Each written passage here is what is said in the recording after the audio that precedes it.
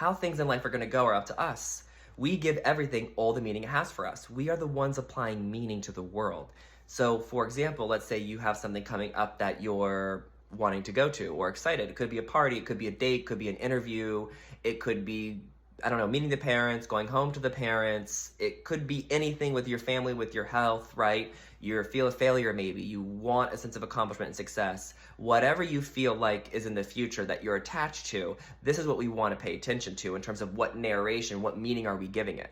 Because the ego, the unconscious individual self, right? When there's a future moment, it does not have evidence of how it's supposed to go or how it's going to go, but it has its own idea of how it wants it to go. And so this is where we are projecting basically our own disappointment. Because when the ego doesn't have evidence, it applies, it is uncertain, right? It's doubtful, it does not know. So now it's applying fear. The ego doesn't apply faith and trust and hope when there's meaninglessness, because that's what the future is. If you don't know what, we don't know what's going to happen, so there's meaninglessness. And so the ego's rushing out of fear of it's not going to get its way because it feels like the effect to life.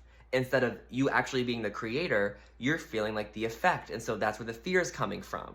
That what you want won't happen, but that's the ego deciding in its own details of how it's supposed to specifically go.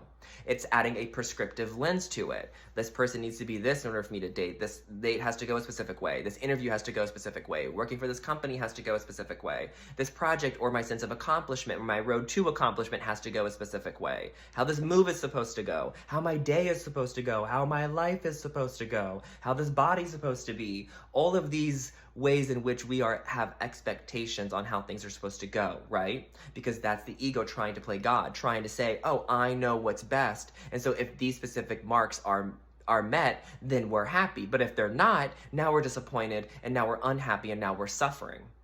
And so when you do catch yourself kind of having those sort of negative, right, thoughts and trepidations and fears or uncertainties about how something's going to go, we want to meet that.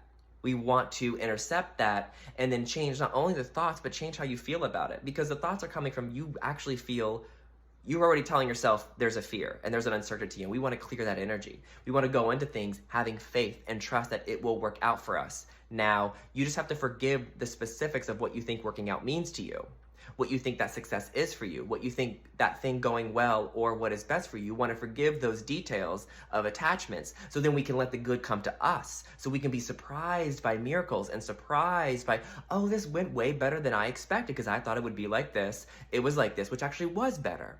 So the more we can be open-minded and neutral to how things are going to be instead of applying fear, we will always see miracles and we will always have a better time.